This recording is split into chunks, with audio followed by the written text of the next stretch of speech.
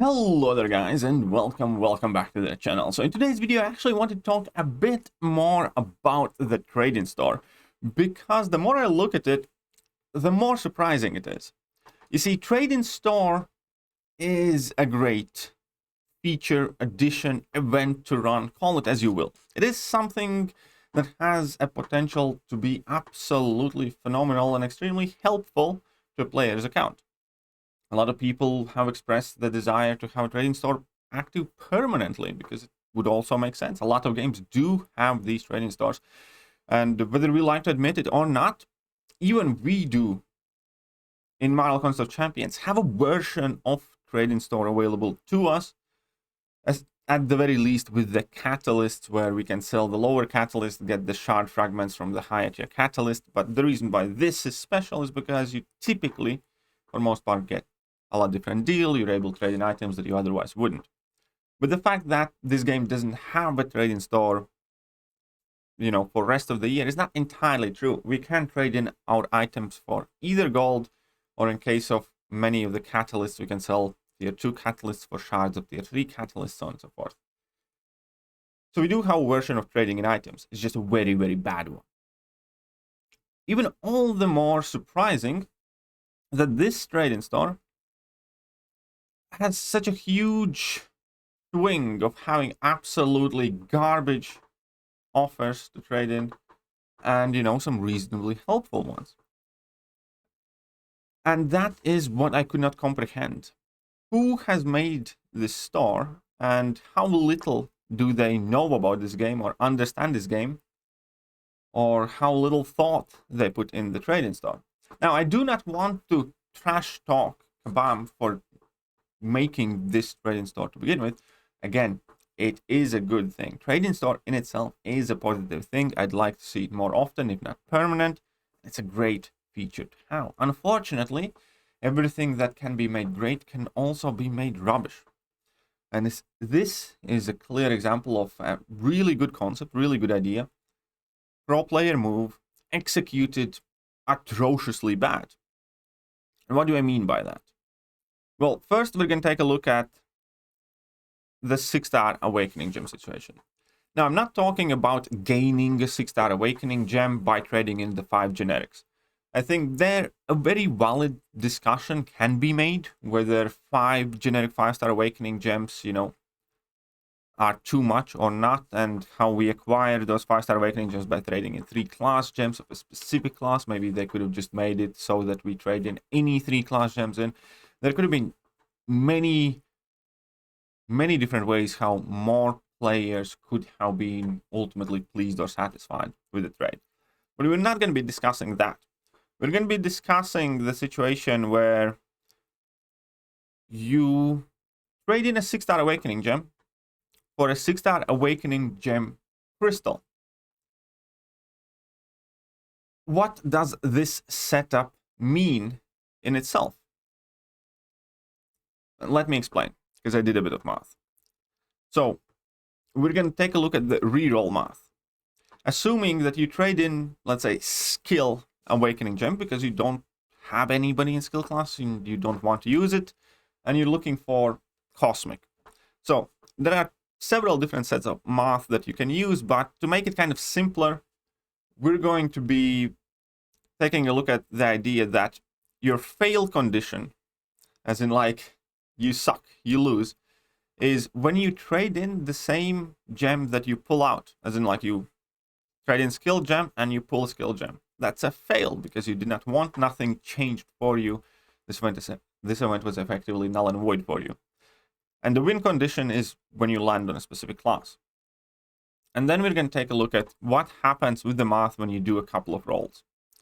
So when you trade in your first time, assuming that there are 1,000 players in the entire game who are trading in the 6-star gem.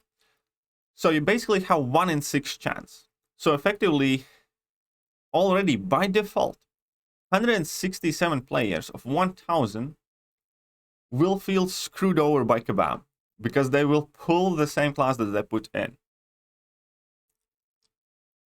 And 167 people will, let's say, get lucky and pull what they wanted. But the situation such as this, where they design an event, a store, where at the very first attempt, you're effectively failed and disqualified from further participation because you can't roll again. Because if we take a look at the store again, we can see that you can only trade it in once. It's not like, unlimited 2, 3, or 4 tries, which would make a lot more sense in this system. You only have the one chance. Only have the one chance, right? So if you pull the class that you traded in, you're out, you're done. You don't have anything to trade in for, and you fail and you lose and you feel very mad and upset, which have been a ton of comments. But designing a system where 1/6 or out of 1,000 people, 167 people would feel screwed over by Kabam after the very first roll, in my opinion, is quite a horrible idea. It is effectively begging people to be angry at you. And okay, let's go on. What happens after the second time you roll? So let's say you traded in skill gem and you pulled in, I don't know, a tech one, and you don't want a tech one, so you're gonna put it on spinner the second time. Well, then your fail condition has doubled. And even though less people would trade in, assuming that 167 people lost first time round and 167 people got what they want, therefore they will not be rolling again. So statistically, there will be about 666 people who do try for the second roll, right?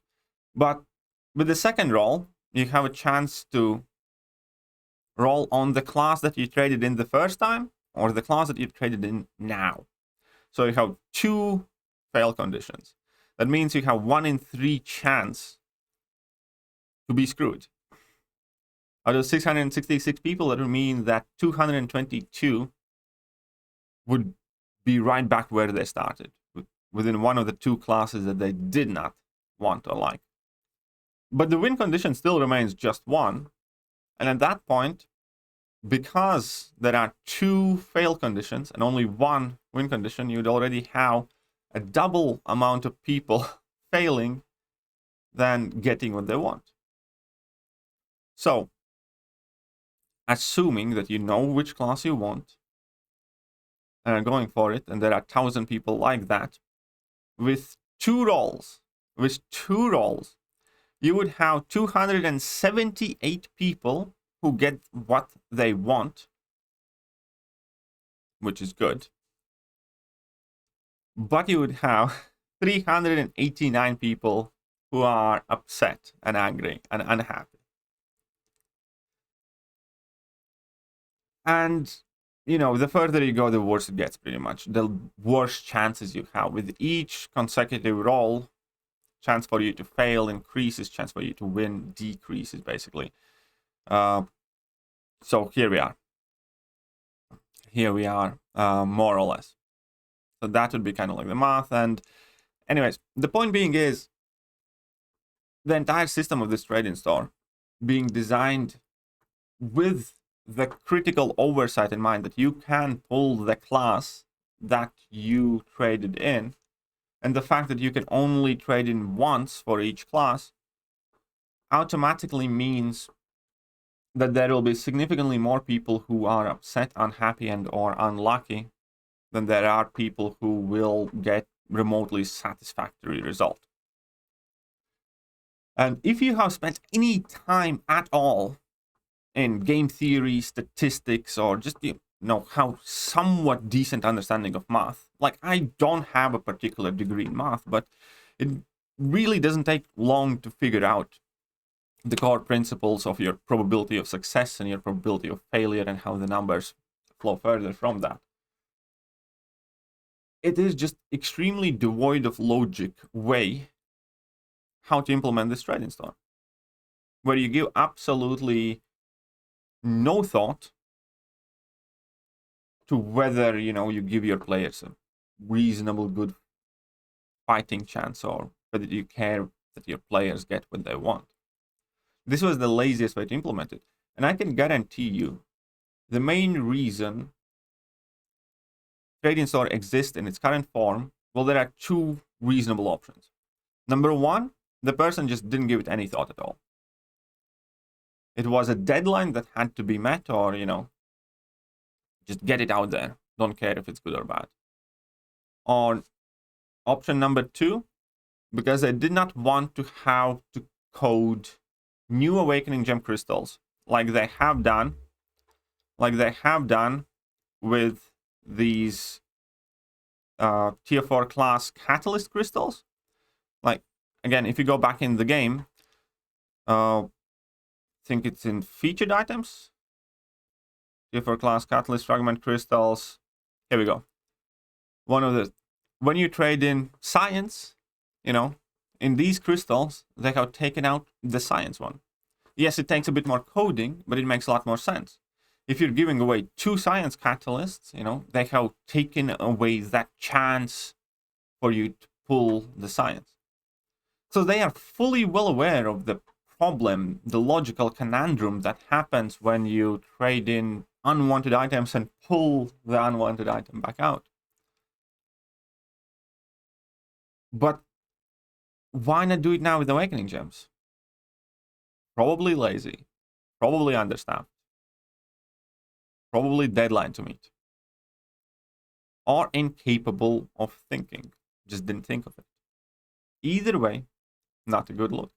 They clearly know it's a problem. They clearly have done it in the past with these tier 4 class catalyst trades that we can do any day of the week. They did not do that for the trading store. Therefore, they significantly increased the amount of people who just basically feel that they got screwed by Kabam. Right, so that already is like a very big argument that I don't like about this trading store. Clearly, you can't say that somebody did a good job designing it. And then the further you look, the more ridiculous some of the trades are. Now, I'm not going to mention all of them, and I'm not going to rate all of them, but there are some absurdly stupid ones. So let's take a look at this example. They're requesting 25 5-star signature stones for 1 6-star signature stone crystal. In its face level, it seems really expensive, but you don't even understand how stupid that is. Because they offered this trade 15 times over, as if you have the opportunity to gain 15 6-star signature stone crystals, which isn't game breaking, which isn't special. They're not generics. They're not like plus 10 crystals. They're not nothing of the sort. It's just 15 random crystals. Barely better what you get in KVQ every month. But the thing that makes it astronomically moronic is that we have an inventory limit on our 5-star 6 stones. Our inventory limit is 100. Or 125 if we have Summoner Sigil. So assuming the best case scenario, we have Summoner Sigil, we are maxed out on 5-star 6 stones. Trading in 125 5-star 6 stones, all of the ones that you're legally allowed to carry, you get 5. But they put a limit of 15. In order to be able to acquire 15 6-star signature stones, you would need to somehow get your hands on 375.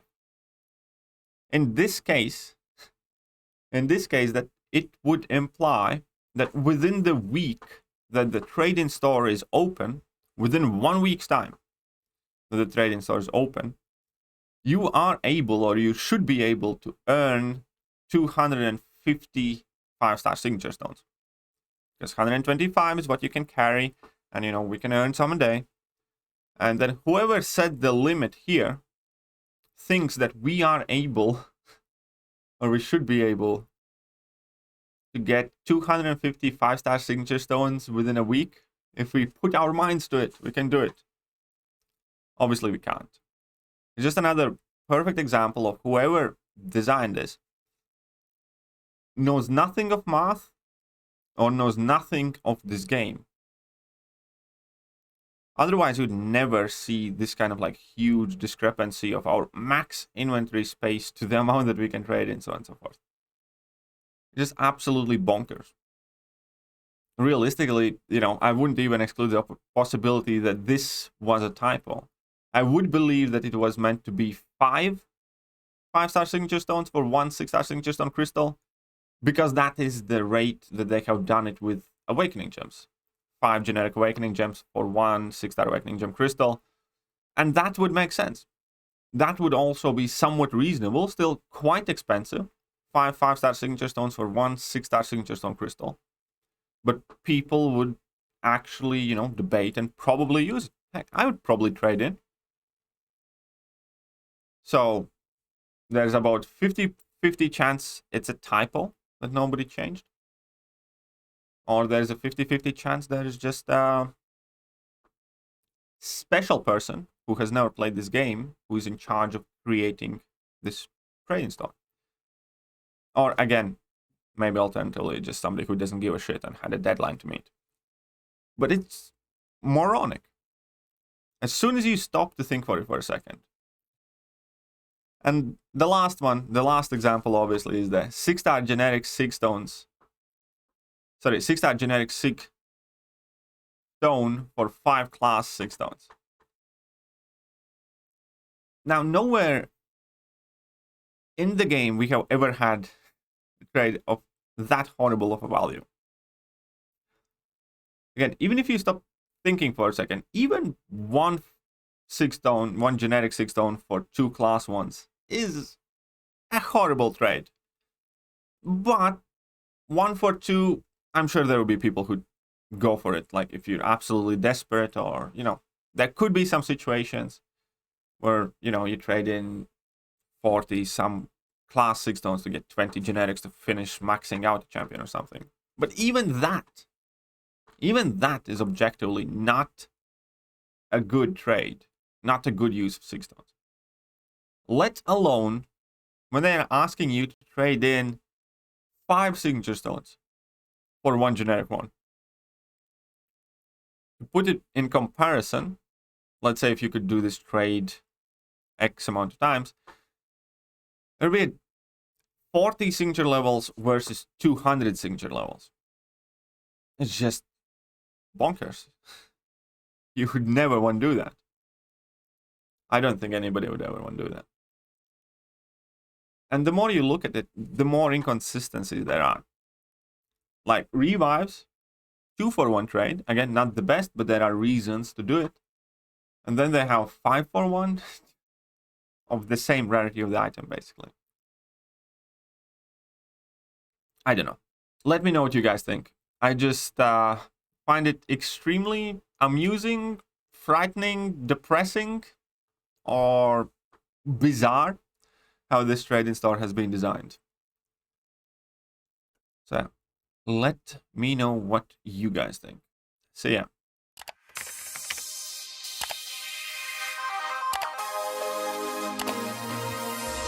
Hello there guys, and welcome back to the channel. So we have all the information about